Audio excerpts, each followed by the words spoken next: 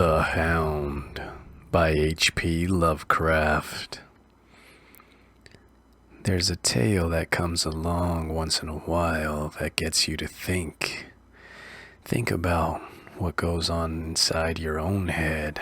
Maybe there was some time that you did something you weren't supposed to and weren't too proud of it. And we say that it's the conscience that gets to us. Well, what if the conscience wasn't what we thought it was? Well, this is one of those tales from a weird and bizarre world. Sit back, relax, clear your mind, and enjoy.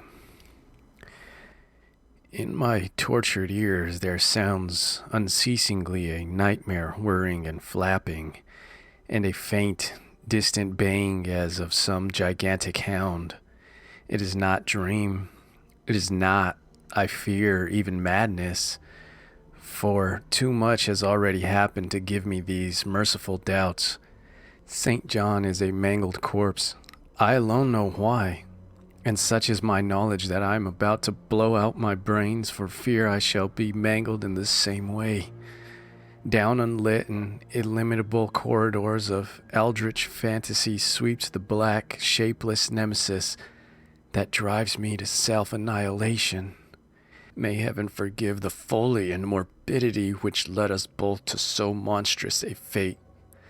Wearied with the commonplaces of a prosaic world, where even the joys of romance and adventure soon grow stale, St. John and I had followed enthusiastically every aesthetic and intellectual movement which promised respite from our devastating ennui.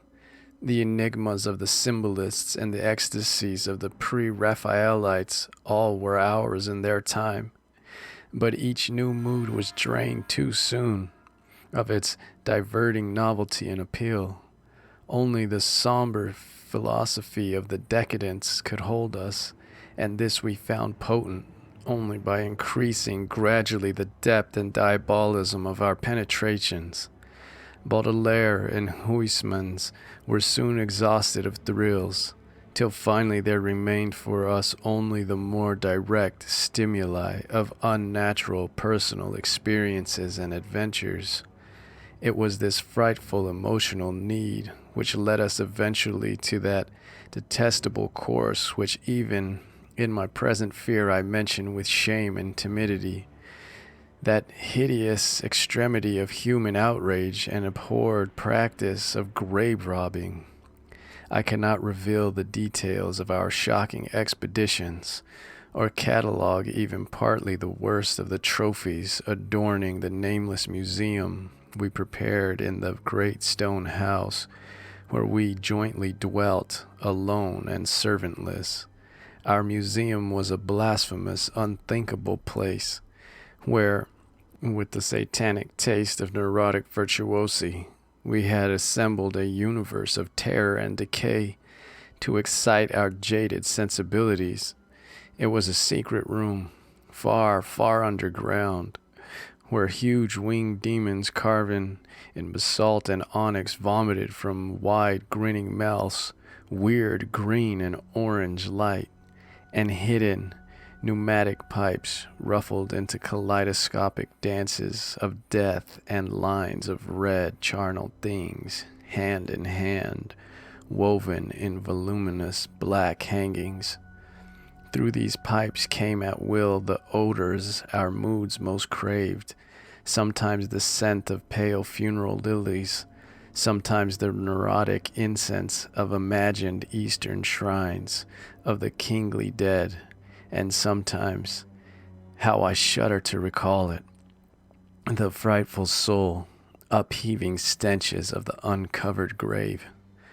Around the walls of the repellent chamber were cases of antique mummies, alternating with comely life-like bodies perfectly stuffed and cured by the taxidermist's art, and with headstones snatched from the oldest churchyards of the world.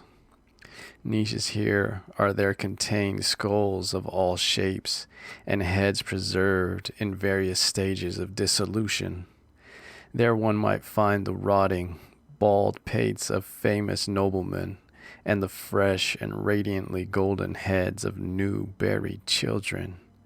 Statues and paintings there were, all of fiendish subjects, and some executed by St. John and myself. A locked portfolio bound in tanned human skin held certain unknown and unfathomable drawings, which it was rumored Goya had perpetrated but dared not acknowledge. There were nauseous musical instruments, stringed, brass, and woodwind, on which St. John and I sometimes produced dissonances of exquisite morbidity and cacodemoniacal gaslessness, whilst in a multitude of inlaid ebony cabinets reposed the most incredible and unimaginable variety of tomb loot ever assembled by human madness and perversity. It is of this loot in particular that I must not speak. Thank God I had the courage to destroy it long before I thought of destroying myself.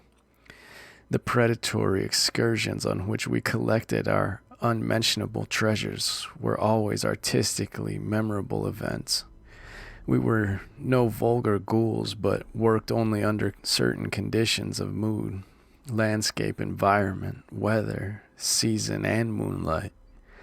These pastimes were to us the most exquisite form of aesthetic expression, and we gave their details a fastidious technical care.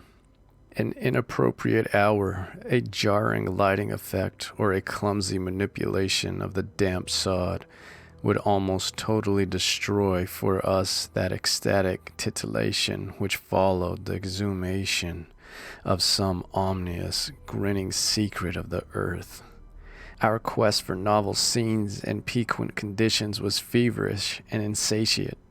St. John was always the leader, and he was who led the way at last to that mocking, that accursed spot which brought us our hideous and inevitable doom. By what malign fatality were we lured to that terrible Holland churchyard? I think it was the dark rumor and legendry, the tales of one buried for 5 centuries, who had himself been a ghoul in his time, and had stolen a potent thing from a mighty sepulchre.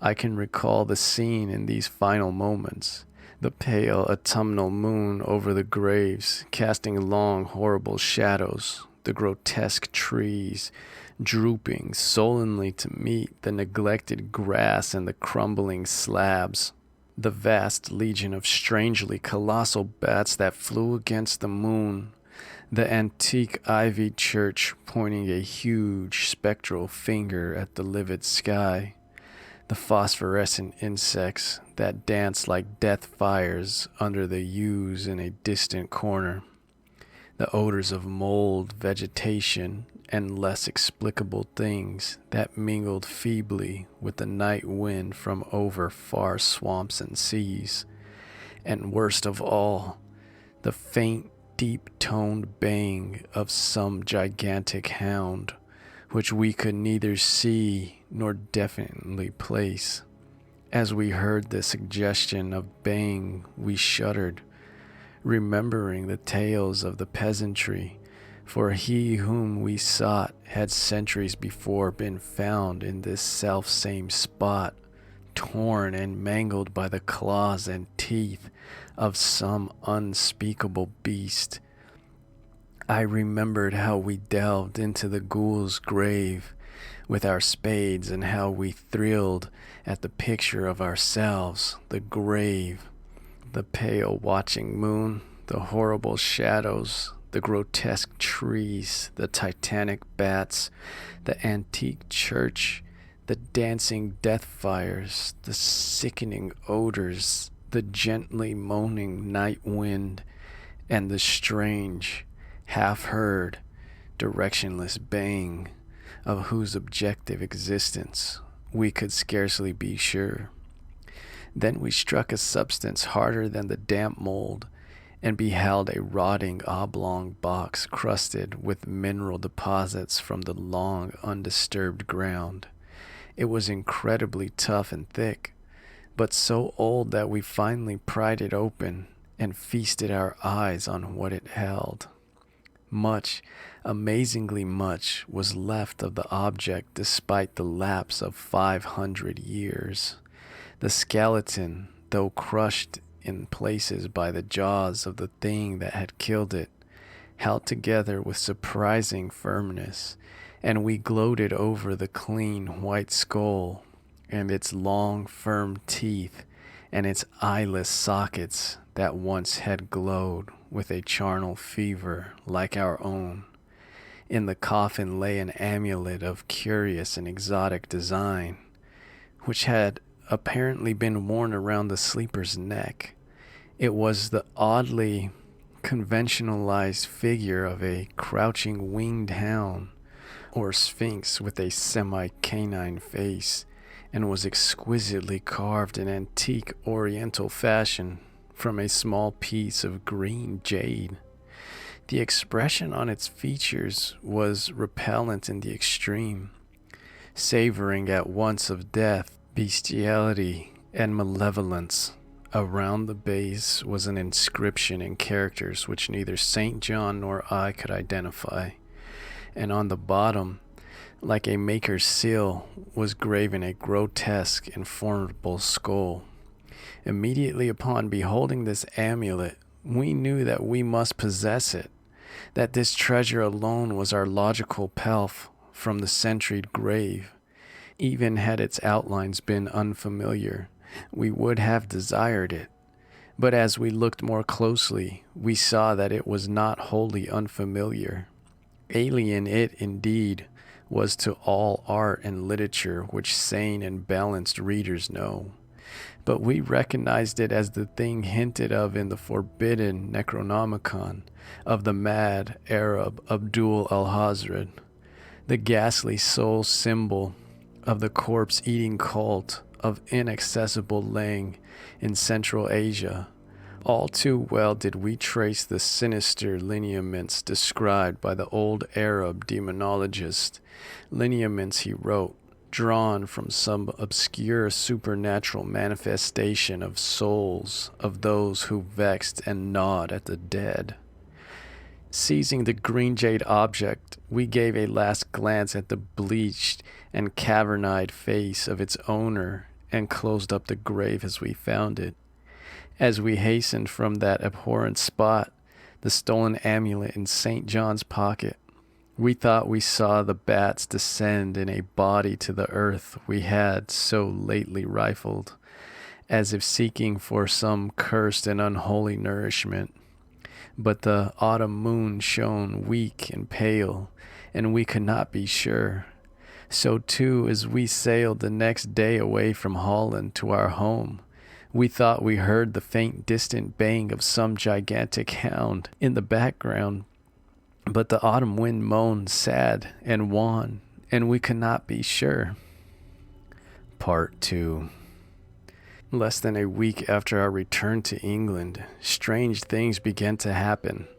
We lived as recluses, devoid of friends, alone and without servants, in a few rooms of an ancient manor house on a bleak and unfrequented moor, so that our doors were seldom disturbed by the knock of the visitor. Now, however, we were troubled by what seemed to be frequent fumblings in the night, not only around the doors, but around the windows also, upper as well as lower. Once we fancied that a large opaque body darkened the library window when the moon was shining against it, and another time we thought we heard a whirring or flapping sound not far off. On each occasion, investigation revealed nothing, and we began to ascribe the occurrences to imagination alone. That same curiously disturbed imagination which still prolonged in our ears the faint, far baying we thought we had heard in the Holland churchyard. The jade amulet now reposed in a niche in our museum, and sometimes we burned strangely scented candles before it. We read much in El-Hazred's Necronomicon about its properties and about the relation of ghouls' souls to the objects it symbolized, and we were disturbed by what we read. The terror came on the night of September 24, 19. I heard a knock at my chamber door. Fancying it St. John, I bade the knocker enter, but was answered only by a shrill laugh. There was no one in the corridor. When I aroused St. John from his sleep, he professed entire ignorance of the event and became as worried as I. It was that night that the faint, distant bang over the moor became to us a certain and dreaded reality. 4 days later, whilst we were both in the hidden museum, there came a low, cautious scratching at the single door which led to the secret library staircase. Our alarm was now divided, for besides our fear of the unknown, we had always entertained a dread that our grisly collection might be discovered. Extinguishing all lights, we proceeded to the door and threw it suddenly open, whereupon we felt an unaccountable rush of air, and heard, as if receding far away, a queer combination of rustling, tittering, and articulate chatter.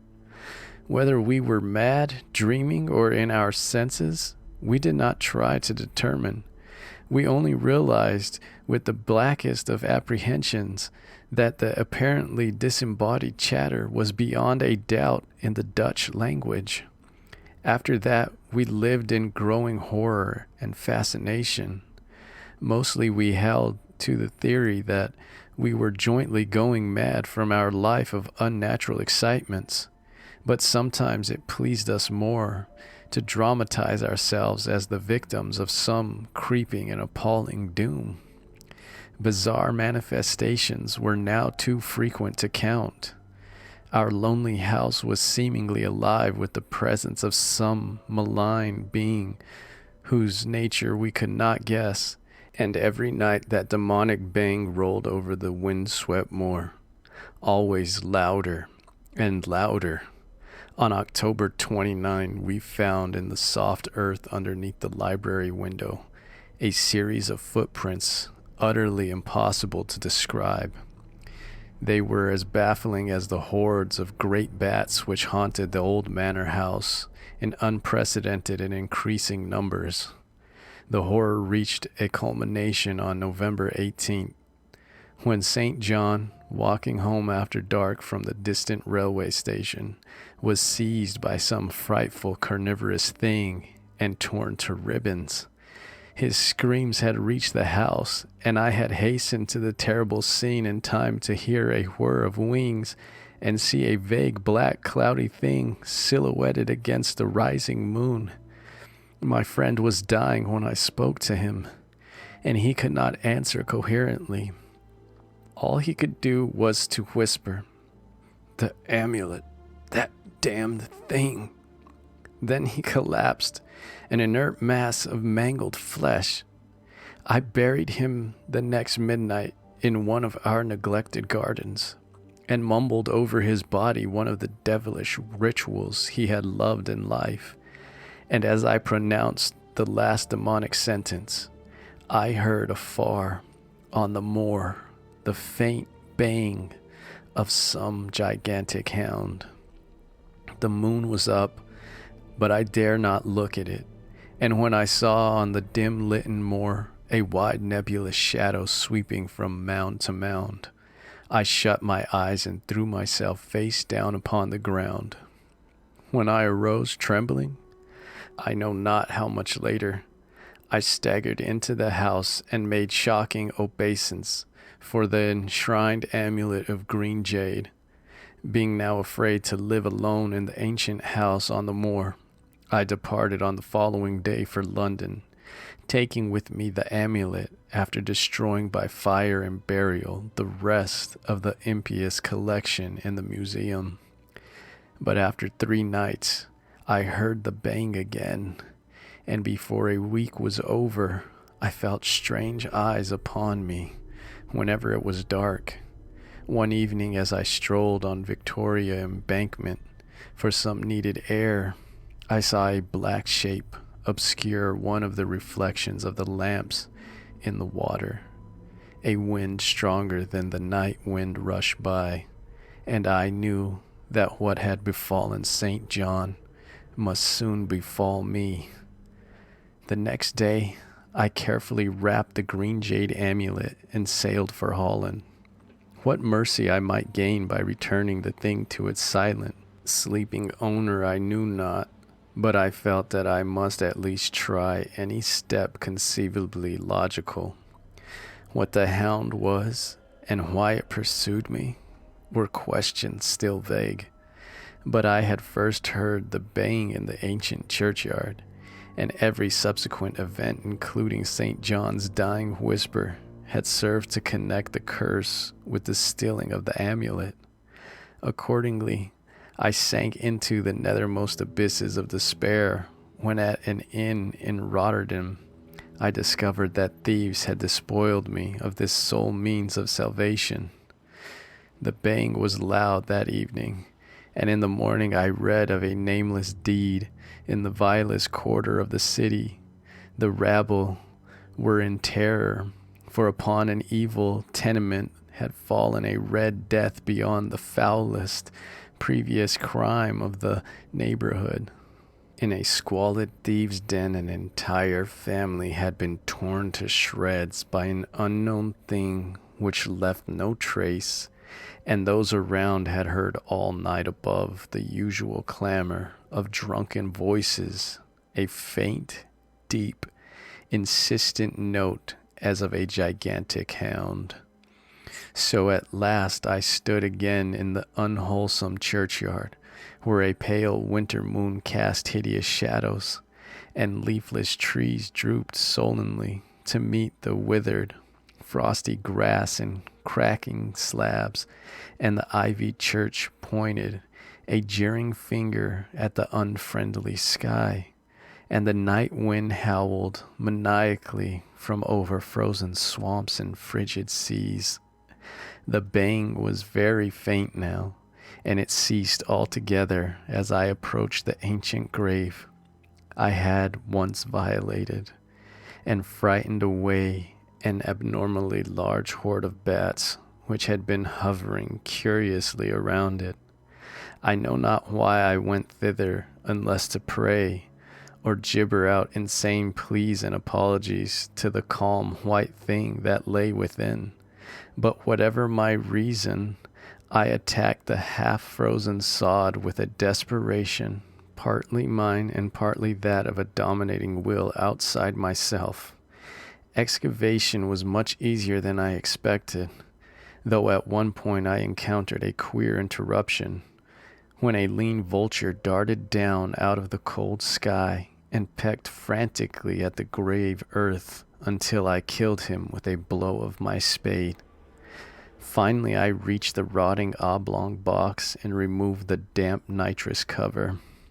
This is the last rational act I ever performed, for crouched within the centuried coffin, embraced by a close-packed nightmare retinue of huge, sinewy, sleeping bats, was the bony thing my friend and I had robbed, not clean and flaccid as we had seen it then, but covered with caked blood and shreds of alien flesh and hair, and leering sentiently at me with phosphorescent sockets and sharp, ensanguined fangs yawning twistedly in mockery of my inevitable doom. And when it gave from those grinning jaws a deep, sardonic bay as of some gigantic hound, and I saw that it held in its gory, filthy claw the lost and fateful amulet of green jade, I merely screamed and ran away idiotically, my screams soon dissolving into peals of hysterical laughter. Madness rides the star wind, claws and teeth sharpened on centuries of corpses, dripping death astride a bacchanal of bats from night-black ruins of buried temples of Belial. Now as the baying of the dead, fleshless monstrosity grows louder and louder, and the stealthy whirring and flapping of those accursed web wings circles closer and closer. I shall seek with my revolver the oblivion which is my only refuge from the unnamed and unnameable.